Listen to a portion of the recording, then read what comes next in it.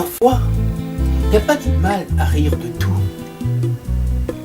Si l'on pouvait un peu rire de tout, voire de nous-mêmes, de temps à autre, sans autant avoir l'air sérieux, à hausser le ton et à serrer la dent, nous nous guérirons de tant de mots et de tant de controverses, surtout de ceux qui se vexent l'âme et pour si peu, ces métronomes qui se croient largement au-dessus de tout pour ne pas dire de la mêlée qui n'est autre que la loi.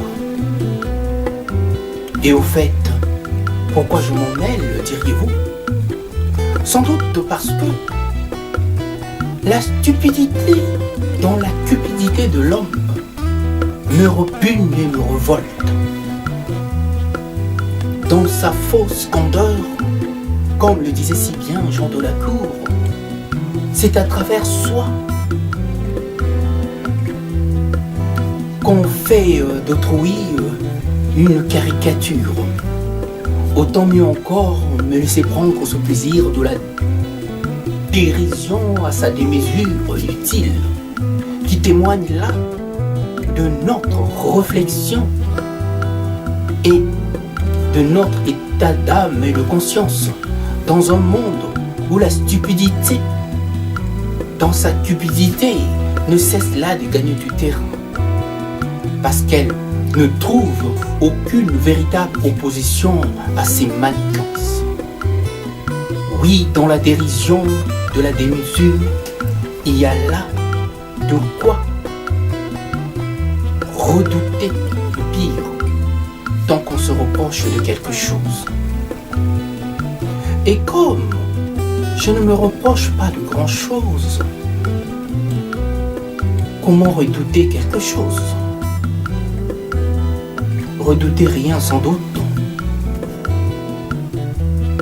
Peut-être que je redouterais de ne pas avoir à redouter quoi que ce soit, tant que cela m'amuse. Comme par réflexe, je ne peux là me passer d'associer l'amour à l'humour et l'humour à l'amour, tout comme en musique où l'on ne parvient à l'harmonie que lorsque les instruments sont si bien accordés. Acceptez là que j'en m'en amuse autant que j'en abuse, mais juste ce qu'il faut pour la bonne cause, celle qui nous guérit de tant de mots, de malentendus et d'états d'âme.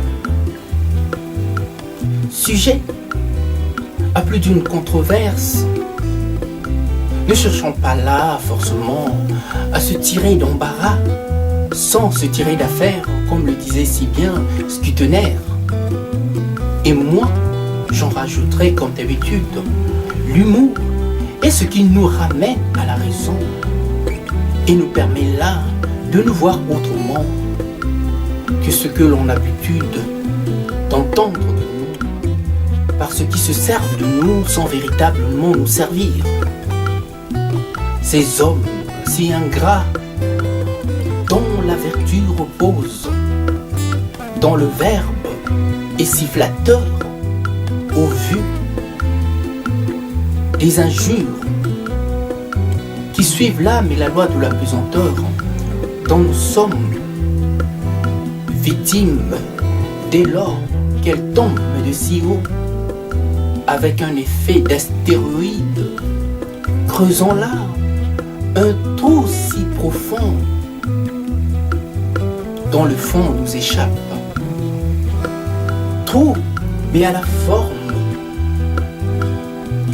d'une tombe dont le fond nous échappe. Oui, nous avons parfois l'air de comprendre les choses.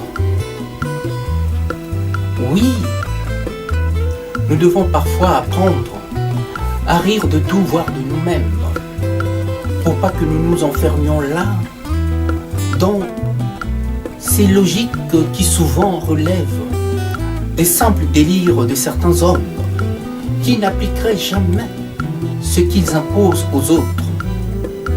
Ces encanailles mais d'outre-tombe qui plaisent par leur posture d'imposteur, et quand nous réalisons, il est déjà trop tard.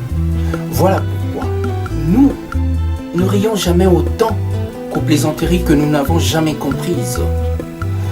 Disait si bien Jean de la Cour, et moi, autant que je m'en amuse, j'en prends du plaisir pour étayer ma réflexion, cette réflexion